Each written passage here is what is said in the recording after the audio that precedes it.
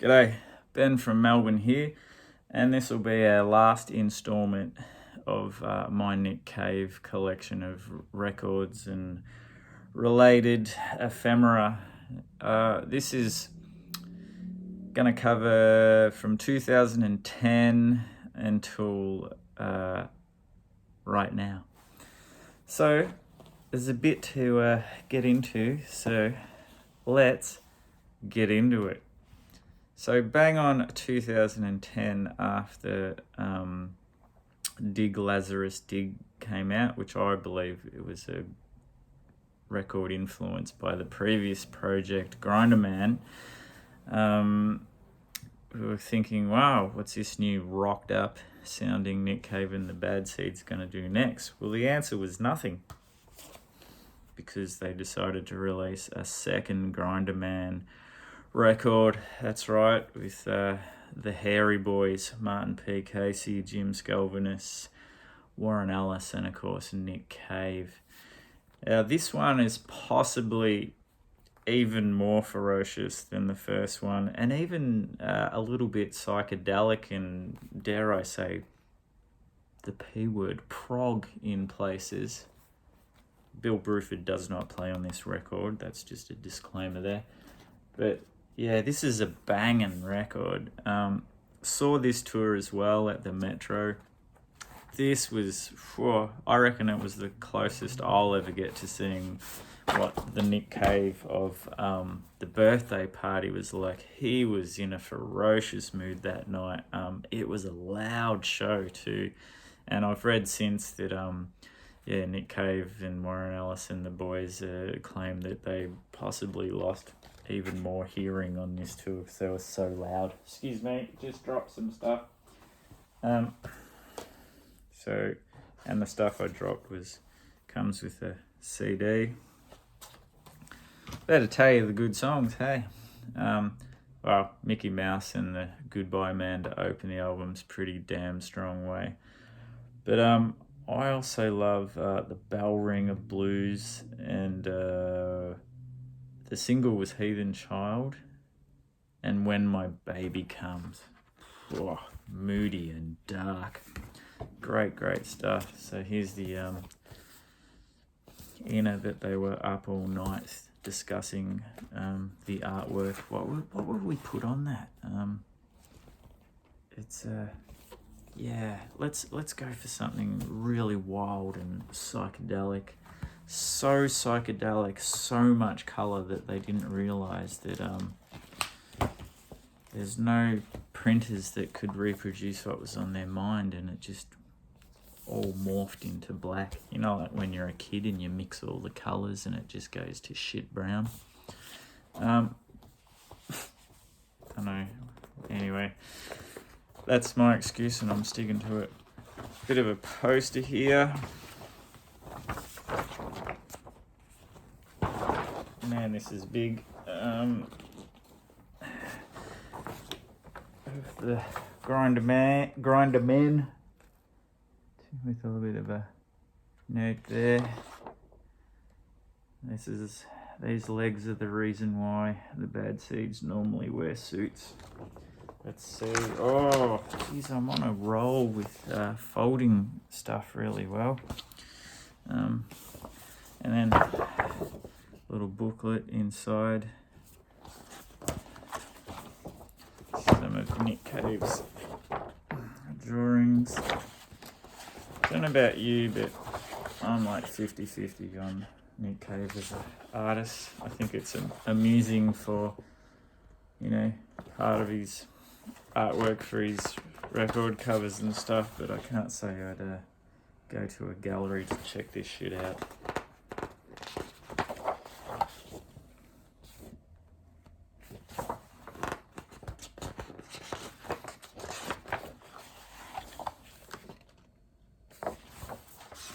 Last page, some nice drawings of the band, and the back. It's so dirty, so dirty, so dirty dry. And it bit me and said goodbye.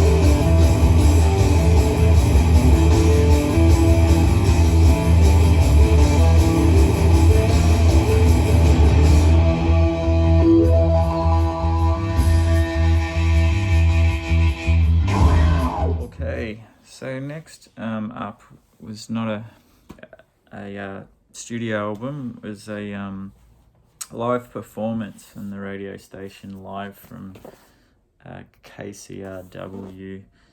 All of you can tell me where that is. I'm guessing in the States from the accents of the small audience. This was released in 2013. Double album, good selection of stuff. Yeah, I think I might have got this in the wrong order. Yes, I did. Should have showed you the big change in direction after Grinderman and the previous Bad Seeds albums. Push the Sky Away, brilliant record. That's Nick Cave's wife, Susie Bick. Apparently this photo was taken when she was doing a model shoot in their house. Something about it also reminds me of the John Lennon Imagine clip with the big white room with the piano. I'm sure Nick Cave would disagree. So yeah, total change of direction. This is where Mick Harvey leaves the band in the meantime between this and Dig Lazarus Dig. Apparently he wasn't happy with the way the old songs were played, said they turned into too much of a rock and roll band, too loud, and yeah, all the intricacy was lost. And so this is where Warren Ellis and Nick Cave's artistic collaboration begins, and Warren Ellis comes to the fore, not only with violin, but become very interested in loops and electronic sounds, some electronic drumming alongside Thomas's beautiful spare drumming on this. Took me a while to get my head around this, to be honest, because it's nothing like anything previously. Even lyrically, it's not narrative driven at all. It's a lot more linear. Yeah, I kind of bitched about it at the start and said it was just like ambient music with spoken word over the top, but yeah, I went and saw him live, and it all fell into place, and I got it, and it's become one of my favourite Nick Cave records, actually. But yeah, it's, got the great Jubilee Street, Mermaids, Higgs Boson Blues, which is incredible, and Push the Sky, which is he's been I think for a few tours now ending with that song, and it's just so beautiful. And yeah, and it as quiet and soft and beautiful as this record is, it's not soft, maybe ethereal would be a better word. Yeah, when you see them do Jubilee Street live, it is a powerhouse. It just rises and keeps building and building and building. It's just incredible. Here's the inner sleeve there with some wordage, and the record, nothing too exciting as usual, just a white label there. And this copy, I don't know if all of them come with this. This come with a 7-inch with the tracks Lightning Bolts and Needle Boy, which probably fair enough, these were left off. It's not bad, but nothing to write home about. And moves on to Amazonia, cries with the dolphins.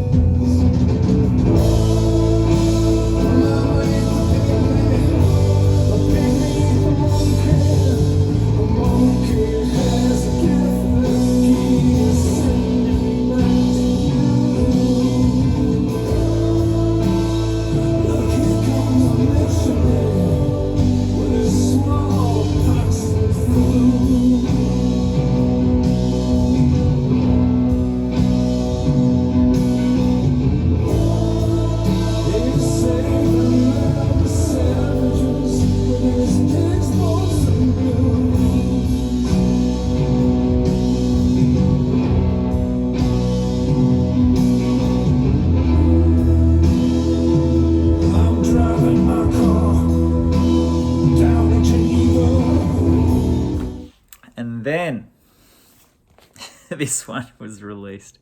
Well, bet you were surprised that I pulled this out. Didn't see this one already. I'll just blank your minds. So this was recorded at the radio station live from KCRW, and this features great versions of Higgs Boson Blues, Far From Me, Stranger Than Kindness, No More Shall We Part. So good range of stuff. Push the Sky Away, ripping version of Jack the Ripper, which is quite funny because people start yelling out songs that they want to hear, and Nick Cave responds with eventually you will someone will yell out one of the songs on this very small list, which it's never good to retell a joke because that wasn't funny, but it's funny, trust me. Double album, great photo of them performing there in the middle. Let's see what exciting stuff they come up with here. Yep, black label, black vinyl.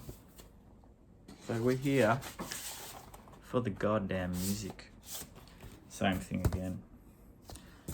Yeah, really worth picking up. Sounds great on this, like all Nick Cave records. Really, really good stuff.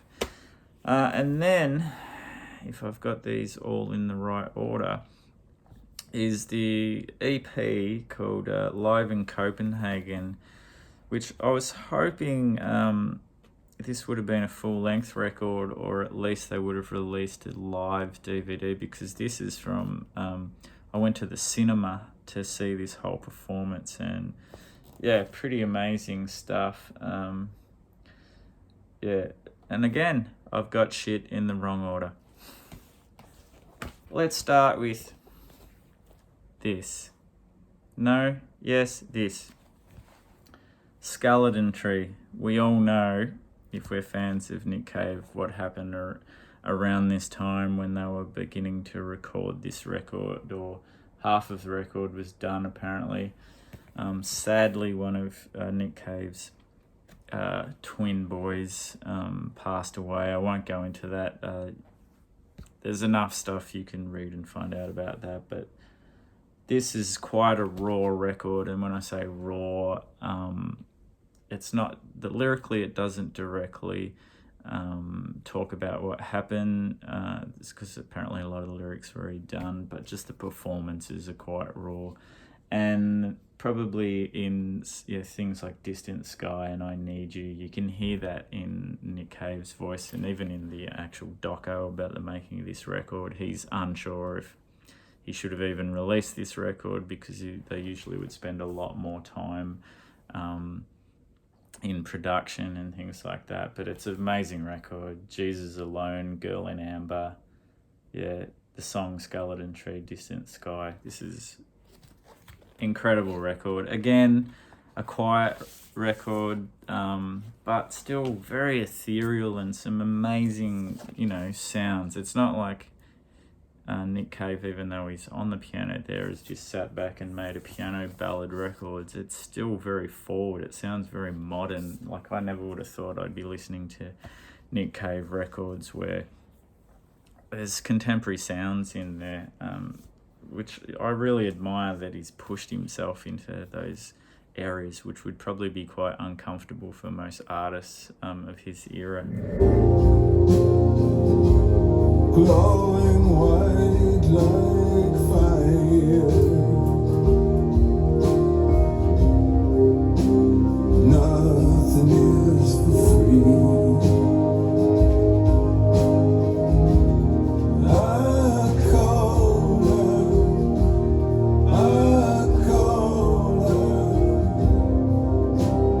right across the sea. But the echo comes back empty. Yeah, nothing is for free. Anyway, let's get back to this one, the soundtrack to the film I saw in the cinema, which is an emotional film and a different Nick Cave live. Very, wanting to connect with the audience. It's probably around this time when he started the Red Right Hand blog, or whatever you want to call it, where people could just ask him anything and he would respond to questions there. And this one, it's got just 4-track EP: Jubilee Street, Distant Sky, From Her to Eternity, The Mercy Seat. And the Danish opera singer actually sings with him on that one. Sorry, her name escapes me at the moment. Again, up all night thinking of the colour scheme for the inner here. They just must have people burning the midnight oil to come up with the colours of their inners and the artwork. Just plain black. But yeah, I would sort of hope that, there would have been, because they do release quite a few films and DVDs, but yeah, as far as I know, that was just a cinematic experience, and a good one indeed. And right about that time, I think, was when Nick Cave engaged on a solo tour, and it was like the Red Right Hand Files live, where people would just be given a microphone. They could ask him anything about any part of his career or private life, and he would do his best to answer it. And then in some, maybe he directed that way, I don't know, but he would manage to like tie it in with a song and play a song, and it was quite enlightening, but also a little bit cringy, because some people would be thinking, boundaries, dude, boundaries, like, God, but people were. Anyway, it was an experience. And then just when you're like, what's the Caves are going to do next? Double album again, Ghosteen. What an amazing, lush album this is. This took a while to grow on me, to be honest, because I kind of thought, when is he going to stop doing these ambient records and get a fire back in the belly? But there is, I listened to this heaps before I saw him last year, and the song Hollywood alone, which takes up an entire side, is just mind-blowing. It's got this great change in the middle of it. But the whole thing, like, I really can't separate it, like, from the Spinning song, Bright Horses Waiting for You, Night Raid, Sun Forest Galleon Ship, Ghosteen Speaks, Leviathan, the song Ghosteen Fireflies. Like, yeah, it's an amazing record. Even though it is Nick Cave and the Bad Seeds, when we check the gatefold, who's that? Nick Cave and Morris. So we're definitely the Nick Cave and Warren Ellis show now, and the Bad Seeds take a backseat big time. Still a fantastic band, but it's very much the project of Nick Cave and Warren Ellis at this point, whereas back in the old days, the whole Bad Seeds, where it was a much more collaborative unit. Of course, Nick Cave would come in with the songs, but the Bad Seeds would flex their muscles a lot more with musical ideas and arrangements and things like that, which, was what made them so great. They really were a band. It wasn't just Nick Cave's solo project, where this is the Bad Seeds now, for me, have become, Warren Ellis and Nick Cave. And that's no bad thing either, because, he's never stagnated, Nick Cave. He still keeps finding new ways of doing things. Obviously, he's always needed some kind of muse, whether that be Roland S. Howard back in the Birthday Party days, Mick Harvey all along, of course, Blixer, and Warren. I'm standing on the shore. Everyone begins to run. The kid drops his bucket and spade and climbs into the sun.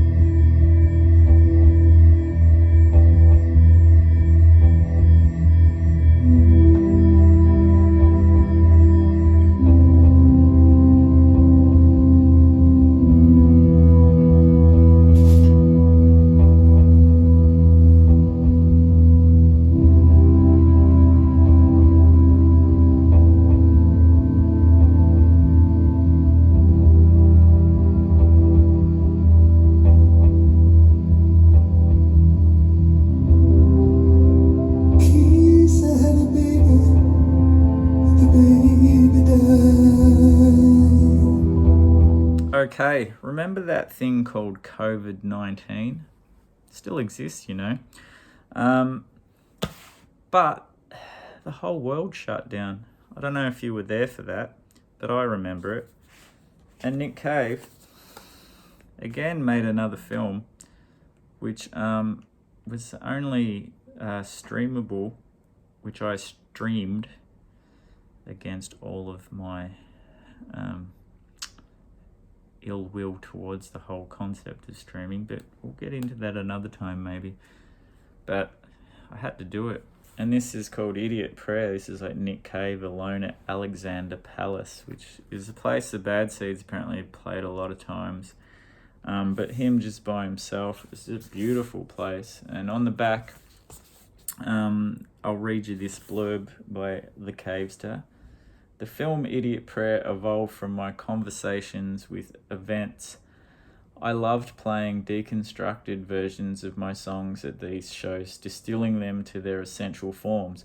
I felt I was rediscovering the songs all over again and started to think about going into a studio and recording these reimagined versions at some stage, whenever I could find the time. Then, the pandemic came. The world went into lockdown and fell into an eerie, self-reflective silence. It was within this silence that I began to think about the idea of not only recording the songs, but also filming them. We worked with the team at Alexander Palace, a venue I've played and loved, on securing a date to film just as soon as they were allowed to reopen the building to us. On 19th June 2020, surrounded by COVID officers with tape measures and thermometers, masked up gaffers and camera operators, nervous-looking technicians, and buckets of hand gel, we created something very strange and very beautiful that spoke into this uncertain time, but was in no way bowed by it. This is the album taken from that film. It is a prayer into the void, alone at Alexandra Palace, a souvenir from a strange and precarious moment in history. I hope you enjoy it, Nick Cave. And yeah, starts off with the spinning song off Ghosteen, and yeah, covers a lot of ground. Sad Waters on here. What else have we got? Any of the ship song, of course. Galleon ship, just to have a bit more ship action. Higgs Boson Blues, Stranger Than Kindness. So as you can see, yeah, a lot of great stuff and beautiful versions of this.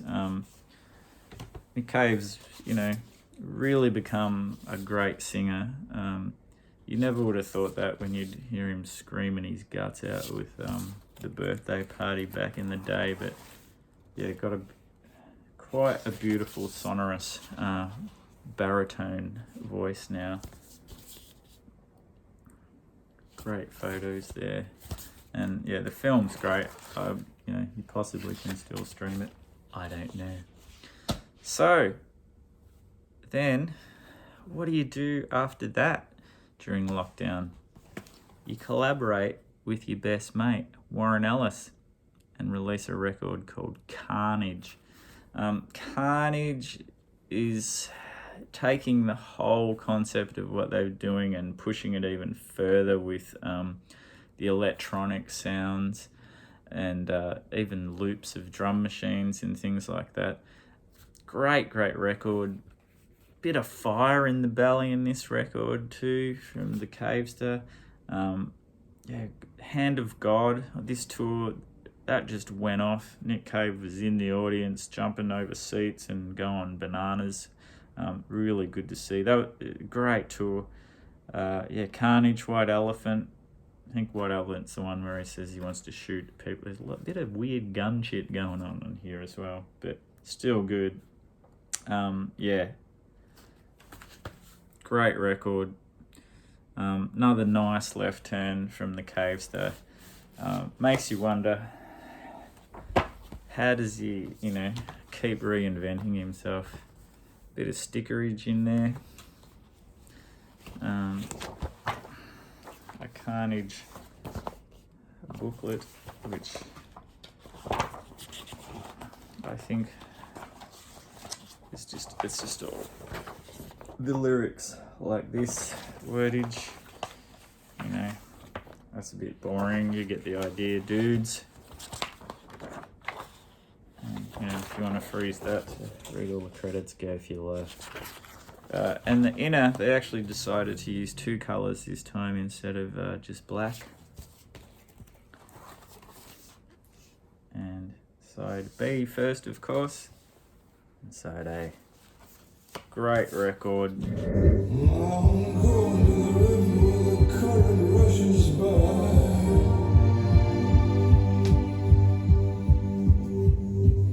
I'm going to the river where the current rushes by.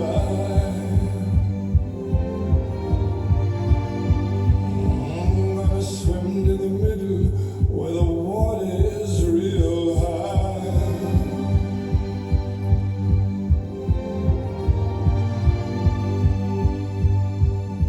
Hand of God coming from the sky. Hand of God coming from the sky. And the only other thing the Caves this has done since is this little EP called 7 Psalms. Spoken word stuff. I quite like it. And the second side is all instrumental versions of this, which I think works well. Yeah, they're like his little, I suppose, prayers to the universe in a non-religious way. Yeah, really interesting. So it's just, yeah, obviously the Caves to solo, no Warren, which makes you wonder what the hell is he going to do next. But apparently at the start of the year he announced he's going to start writing a new Bad Seeds record. Now let's just tie up a few loose ends. Other things that came out, well, originally a few years back, this CD, B-Sides and Rarities, came out, and that covered, was there 3 volumes, and that goes right from the start of Nick Cave and the Bad Seeds, obviously, up to Nocturama era, and then last year I think it was, this vinyl box set, B-Sides and Rarities, which is part 1 and part 2, and this actually takes us up to past the Skeleton Tree era, I believe. I'm not going to get it all out because it's a big box set, but I'll just quickly show you one.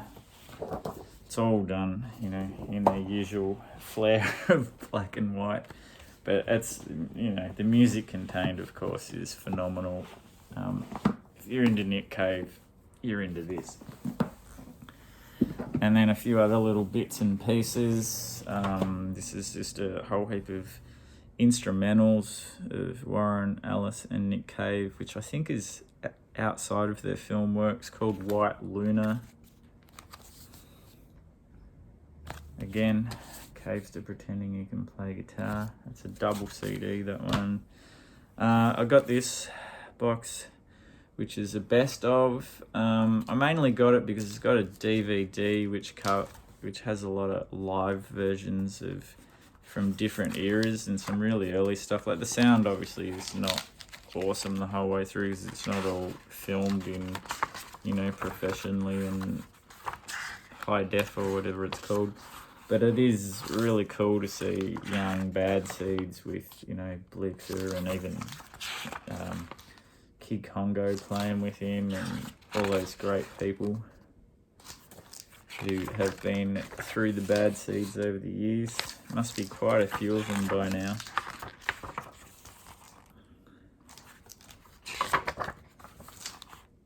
Pretty great stuff.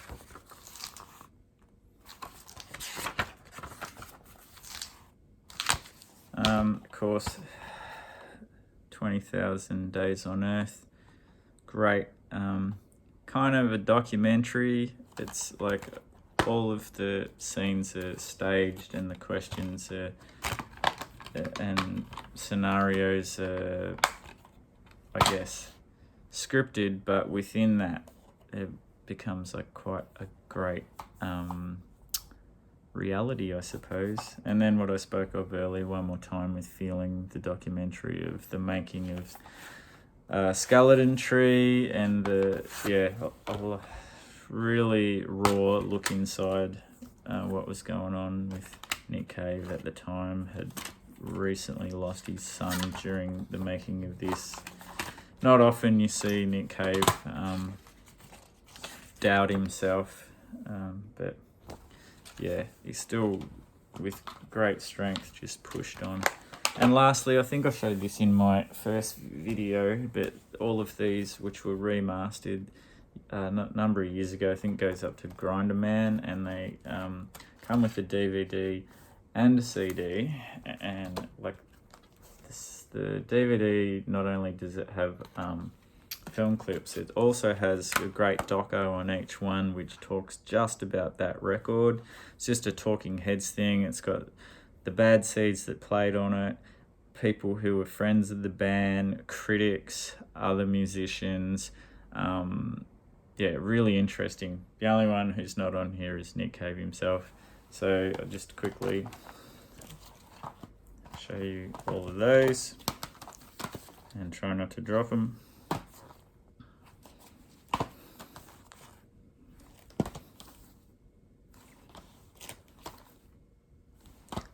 Some bloody good records here that I'm holding up.